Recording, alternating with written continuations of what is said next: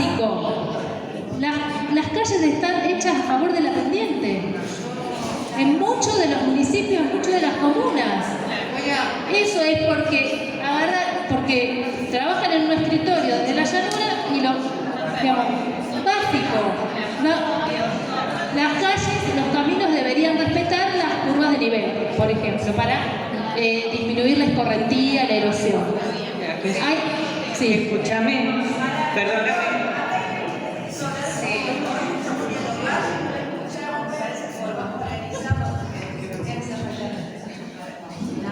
¿Cómo vamos con el horario?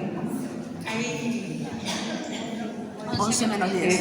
Era justo lo que, por el caso que comentaba ella. Supongamos que hay una zona que construyeron, una zona que era roja. Yo puedo tomar una zona verde, quizás o amarilla, y suplantar esa zona que perdí como roja y considerarla roja y restaurar ahí, como para poder hacer el swap de, ya que esta zona era roja y la perdí, voy a cambiarla por esta que todavía no hay construcción. No sería tan así, tan lineal. No tan lineal, pero digamos, sí. Hay que analizar caso por caso. Escúchame, perdón. A nosotros la provincia nos dijo todo rojo. Y ya no hay color amarillo, ni amarillito, ni patito, ni nada, es todo rojo. ¿En dónde? En la granja. Todo el ejido de la granja es zona roja. Ahora nosotros tenemos loteos históricos de los años 30, 40, etcétera, etcétera, que por razones económicas se han ido vendiendo y pretenden, en su momento no era zona roja, obviamente no había zonificaciones, y pretenden construcciones. Eso es lo que nos pasa, creo que a todos los municipios de las Sierras Chicas. Tenemos loteos históricos, sí. ¿Cuál es el tema? Nosotros no podemos autorizar, así que mandamos a Córdoba.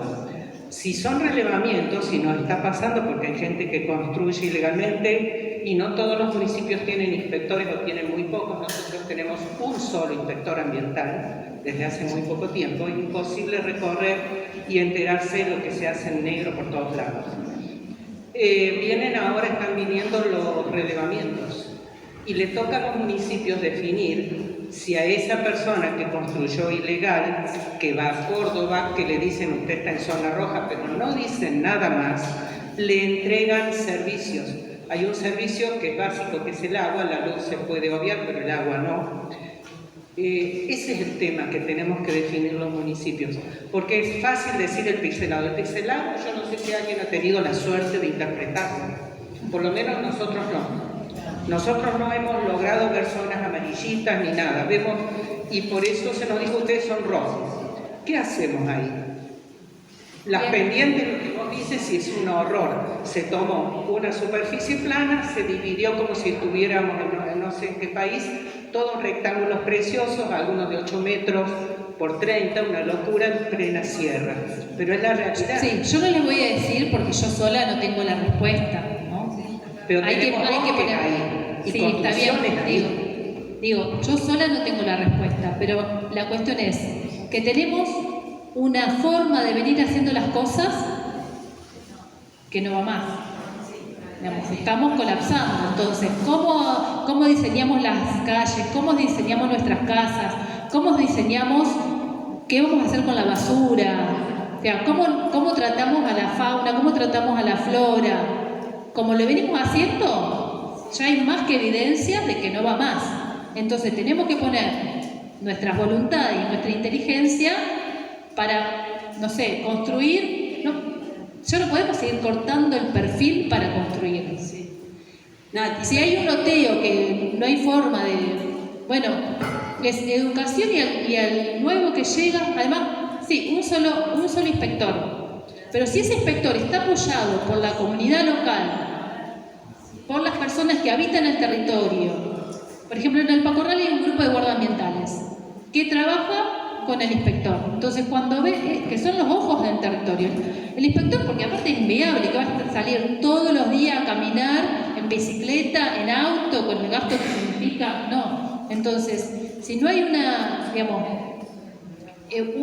esto también es nuestra responsabilidad, ¿no? En respuesta a lo que decía Diana, y en realidad lo estás respondiendo vos, yo creo que quienes venimos trabajando en estas temáticas, hace años que escuchamos el mismo problema, el mapa pixelado, los loteos de los años 30, siempre la misma cuestión. Y creo que una de las cosas que deberíamos dejar de hacer es decir restaurar para decir remediar. Quienes ya viven en zonas rojas, creo que tienen que cambiar distintos conceptos. ¿Qué es lo que estás diciendo? Las calles no se pueden ensanchar, las sangrías no pueden existir. Bueno, ¿cómo evitamos esos lugares?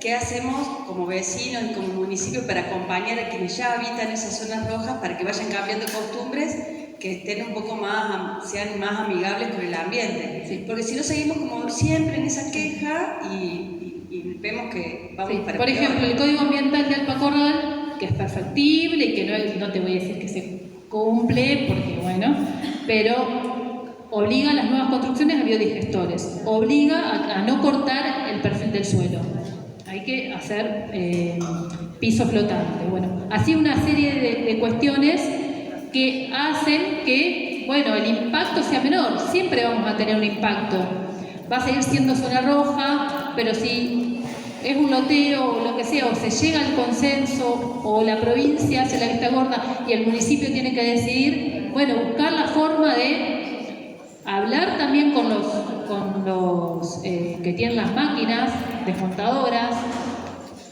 ¿no? Que ellos argumentan que es su fuente de trabajo, porque eso también pasa. Tener reuniones, el municipio ha tenido reuniones en Alpacorral con los tres dueños de las máquinas desmontadoras, con los arquitectos, bueno, con los jardineros, que te dicen, alguien llama, necesito que me limpies el terreno, porque además después hay incongruencias, te multan si tenés malezas.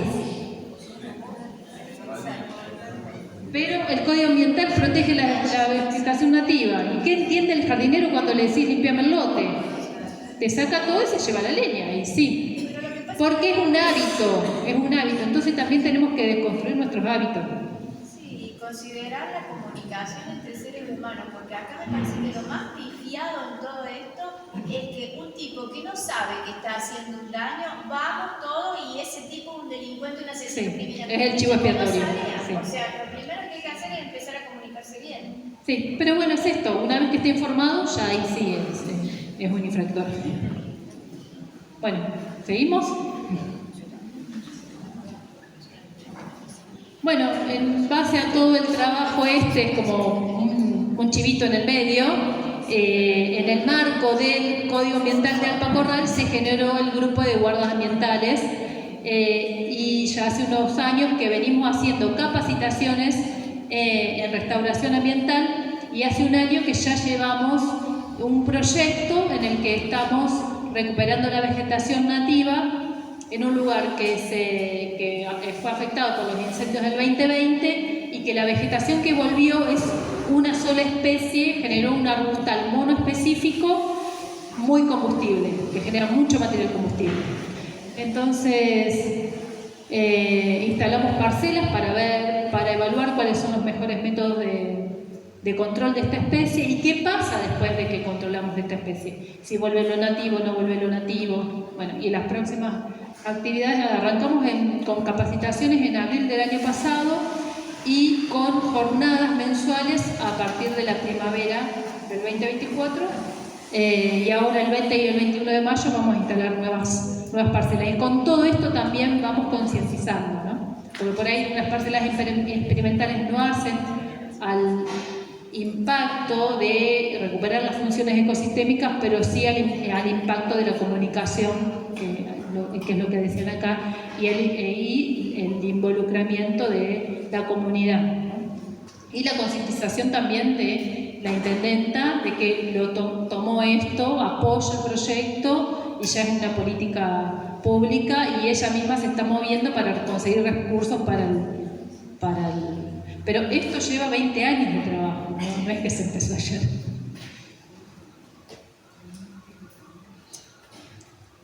Bueno, nos metemos a lo que es en sí la restauración. Doy dos conceptos y después hablamos de restauración. ¿Cómo están? ¿Sí? Bien. Bueno, este es el mapa del 2004, que es el que se contrastó con el de 1904. Y ahí, en 2004, se evidenció que Córdoba había perdido el 80% de su bosque nativo por urbanizaciones, cultivos, minería, digamos, todo lo que ya no se podía ni siquiera restaurar.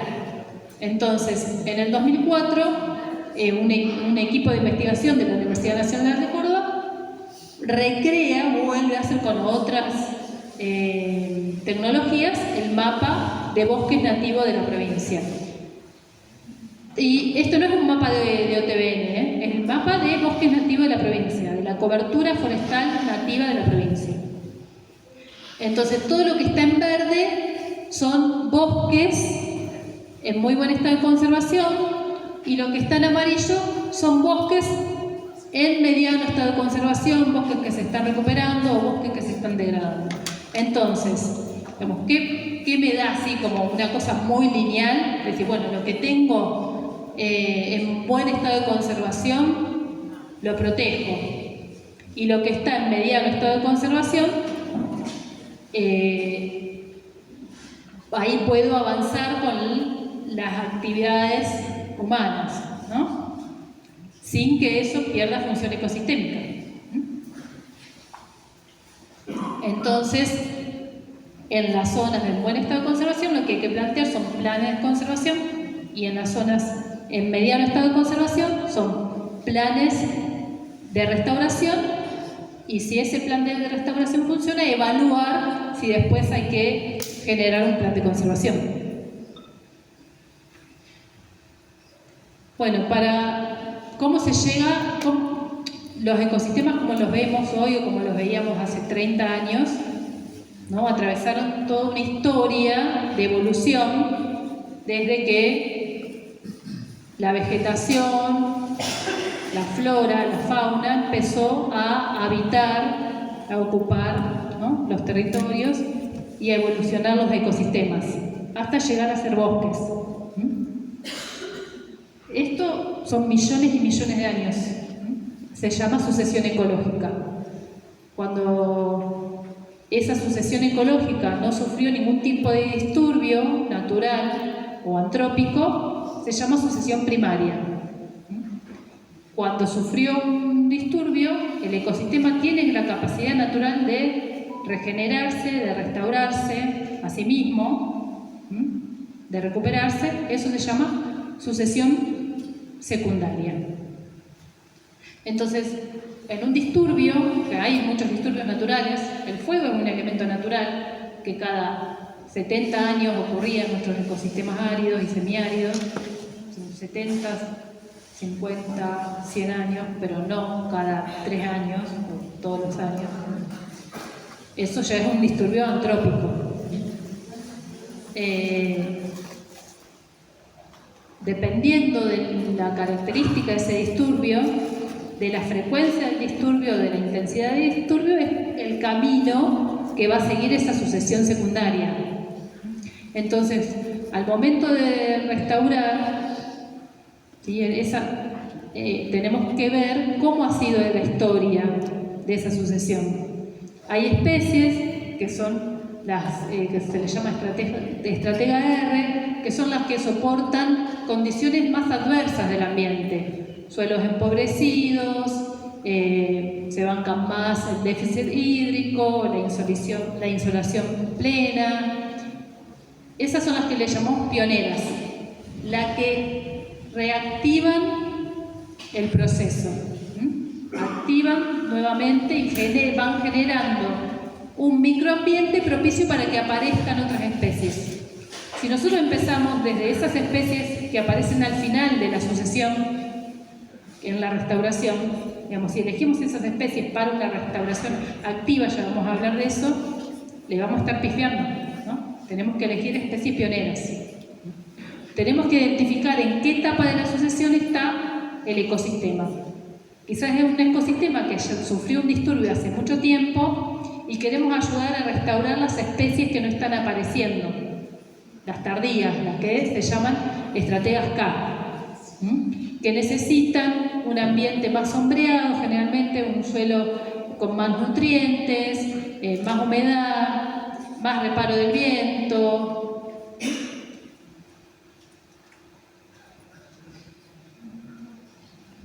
Fíjense lo que pasa con la sucesión cuando el disturbio, como el del fuego, es recurrente.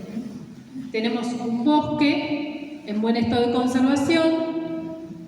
Generalmente el bosque en buen estado de conservación se protege a sí mismo porque en el bosque, cuando están todos los estratos, hay más humedad, hay menos oxígeno, hay menos velocidad del viento, entonces al fuego le cuesta más propagarse. Entonces, si en este bosque hay un incendio, de cajón que es antrópico y que es intencional. Si este bosque se incendió y está en buen estado de conservación, tiene mucho más chance de recuperarse y en menos tiempo que un bosque en mediano estado de conservación o en mal estado de conservación. Entonces, pasa por este estado y se recupera. Lo que vemos, si no quedaron árboles con rebrote de copa, vamos a ver un arbustal. Pero si hacemos un estudio fitosociológico de qué especies tenemos ahí y encontramos especies arbóreas que están en estado juvenil o que están rebrotando, es porque eso tiene potencial de ser bosque. Entonces, para que esto se restaure naturalmente, lo único que hay que hacer es un plan de prevención del fuego para que siga evolucionando a este estado. Si ese plan no existe, por diversas razones, porque no hay voluntad, porque la voluntad es que eso se siga quemando, vuelve a ser arbustal y de arbustal pasa, digamos, lo que sucede es la involución, ¿no? Este camino, hasta ser pastizal. ¿No? ¿Se puede saber cuáles son para esta zona algunas de las especies pioneras? Y hay muchas. Las leguminosas, ¿sabes cuáles son las leguminosas? Las que tienen chaucha. Como árboles, te puedo decir el espinillo, la tusca, los garabatos, el garabato hembra, el garabato. Después hay algunas especies que son estrictamente pioneras y hay algunas que son estrictamente estrategas R, que cuando son pequeñas necesitan un reparo y después ocupan el dosel arbóreo. O sea que al principio necesitan esa protección del ecosistema y después necesitan luz, insolación plena. Por ejemplo, el garabato hembra, ¿no? que sería la excepción de la mayoría de las leguminosas que son pioneras. El algarrobo es pionero. Los que después hay, por ejemplo, han visto el molle, que se dice que es orófilo, ¿no? Que tiene afinidad con la piedra. Pero posiblemente, en ese caso, lo que esté haciendo de nodriza, que generalmente son plantas, son estas pioneras, son nodrizas, protegen a las especies que vienen en las etapas más tardías, lo puede hacer la piedra, porque la piedra acumula humedad, acumula suelo, protege del viento. Entonces, para el molle, posiblemente la nodriza necesite la piedra para poder desarrollarse los primeros años. De sombra, muchos que plantan cosas por la sombra, entonces ahí empiezan algunas invasiones. Claro, hay un montón de especies que no son invasoras, entonces hasta que se demuestre lo contrario, ¿no? Entonces también, digamos, podemos elegir entre las nativas o entre las exóticas que no se comportan como invasoras. Por eso también porque pasa esto, ¿no? Desmonte y después del desmonte quiero sombra y para la sombra pongo lo más rápido, pongo un siempreverde, un pino, un olmo y bueno.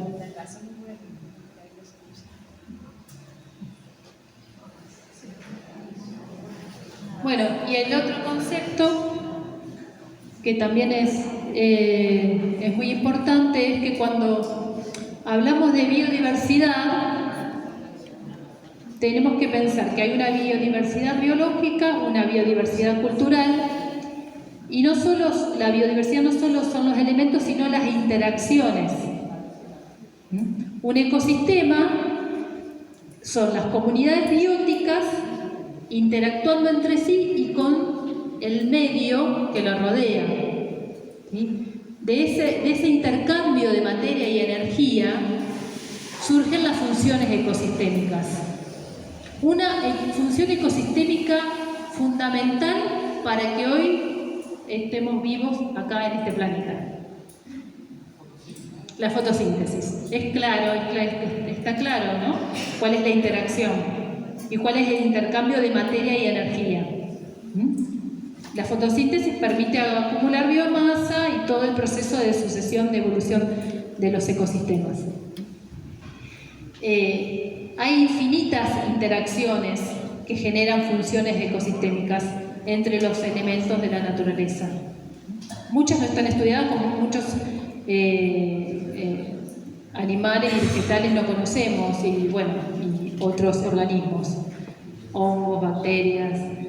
Entonces, conocemos las funciones ecosistémicas más importantes: la de protección de cuenca, la de fotosíntesis, y muchas de esas funciones ecosistémicas, como son tan importantes para la supervivencia humana y para que sigamos existiendo dentro de un sistema capitalista, lo llamamos de manera utilitaria servicios ecosistémicos o servicios ambientales.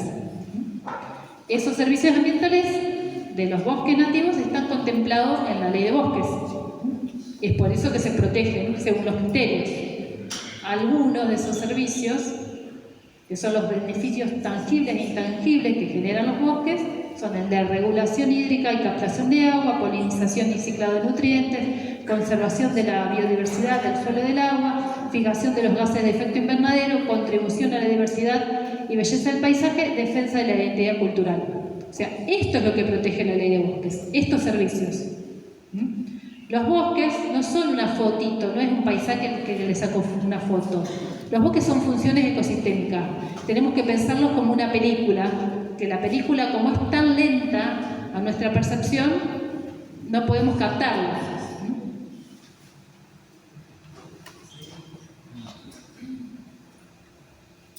Bueno, y acá la ley, hablando de restauración, cuando un bosque en categoría roja o en categoría amarilla sufre un disturbio, ya sea natural o antrópico, la ley exige la restauración. La restauración puede ser más como, tenemos la ventaja de que la naturaleza se recupere a sí misma. Nosotros somos naturaleza, nos lastimamos. Somos el ejemplo, digamos, en nuestro cuerpo de que somos naturaleza. Nos lastimamos y nos regeneramos. Nos cortamos y a los 15 días ya capaz que ni nos queda marca, ¿sí? Nos enfermamos y nos recuperamos. Los ecosistemas es lo mismo, son un organismo que tienen la capacidad de saneamiento, de sanarse, de recuperarse. Entonces, en base a ese principio, la ley dice que hay una exigencia a restaurar. ¿Qué restauramos? Los servicios ecosistémicos que brindan estos bosques nativos en estas categorías para que pueda seguir siendo posible el desarrollo de nuestras vidas en los territorios. Entonces podemos elegir qué camino seguir, si dejar a la naturaleza que se restaure o si hay nuevas presiones, sacar las presiones. Bueno, eso no es en lo que nos vamos a meter después del recreo, si les parece. No sé. ¿Cómo están? ¿Para un recreo o quieren seguir? Porque después sí se viene.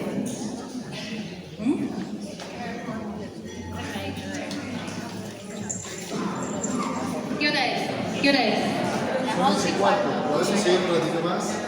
Si vos querés. Como están ustedes. Deciden ustedes, yo puedo seguir. ¿Son 11:15?